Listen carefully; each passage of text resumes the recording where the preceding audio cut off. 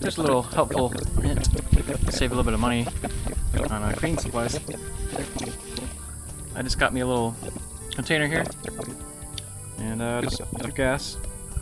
I'm just using gas to clean like the bulk of the parts. So if you got a lot of oil or crud in here, that gas will really dissolve it. And it's way cheaper than parts cleaner. And of course when you're done, you just do it to spray a little bit of parts cleaner. Just do a final cleaning. Yeah, it helps out quite a bit. Makes it nice and clean and shiny. Of course that evaporates. But there's some junk in gas, so you don't want a lot of it in there. You can still use parts cleaner. Do a funnel.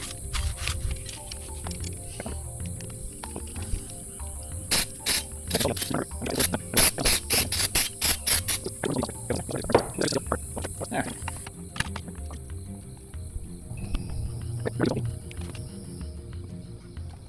Okay, underneath the tractor, we see we just got these 4 bolts here. We just gotta tighten those down. Gotta look at the torque spec. Then pulleys. This pulley just slides up into there, followed by the clutch for the blade engagement. It's all held up by this tiny screw. Then there's a bracket that holds the clutch from swaying around, because the main housing stays stationary. Make sure you get these bolts in and plug in the wire harness for the clutch. Alright, so we'll do that, and then we'll go to the next step. Hey buddy, doesn't like the rain too well. And it's not raining. Alright, we got everything together. This is what it looks like. All together. Bolts tightened down. Got the bolts on. Got the bottom nut on. We got the holder for the clutch. This part of the clutch doesn't move, it just stays. Also acts as the brake. So yeah, we're done down here. So yeah, we just gotta put the cover on, and tomorrow morning we can fire it up and hopefully everything's good. Alright, it's raining again. So that's fun. We got the engine all together, ready to go, except for the screen. Now it's ready to go. So this engine has been through a lot. The last few times we used it, we noticed that this air cleaner looks fine from the eye, but as soon as you touch it, the cover just fell off. Like the glue just wasn't holding it tight. So who knows how much dirt that sucked in on top of the intake leaking. Poor thing. So yeah, so we're gonna put a new air filter on that, of course. And then yeah, so tomorrow morning we'll put oil in it, we'll fire it up, and hopefully it doesn't smoke. Let me show you the oil that we're gonna start using. That was recommended by some people.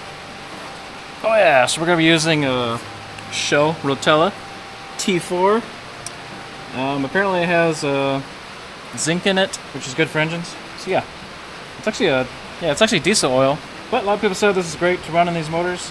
Or the 2050 VR1 Valvoline is pretty good. But this is a bit cheaper. Hopefully it goes good. Hopefully this will keep it from smoking. Got new rings, got the cylinder walls rehoned, new gaskets. This thing has under 500 hours. Should not be in this condition. Should be an easy 1,500 hour engine. So hopefully we'll get some more goodie out of it and I have to spend nearly $2,000 for a replacement. Alright, so we'll see you tomorrow. It is the next morning. Silicone's had enough time to dry. We just put the Rotella T4 in there. Got the spark plugs out. I like to crank it over, let any debris come out, kind of let the oil pump prime up for a minute before actually starting it.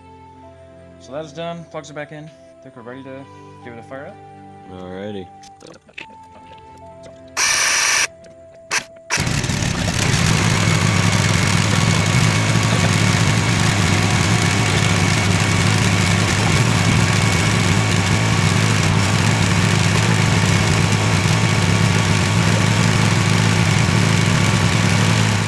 Peeps, we got the old ZT44 back on its feet again. So what we did to this engine was we rehoned the cylinders, put new rings on the pistons, put new valves in, cleaned everything up. That fixed our oil burning problem. It did not fix our running problem. You know they say always start with the simplest thing. Well, the last thing I did is what fixed it. Put new coils on because I just figured that was probably it. Put a new carb on.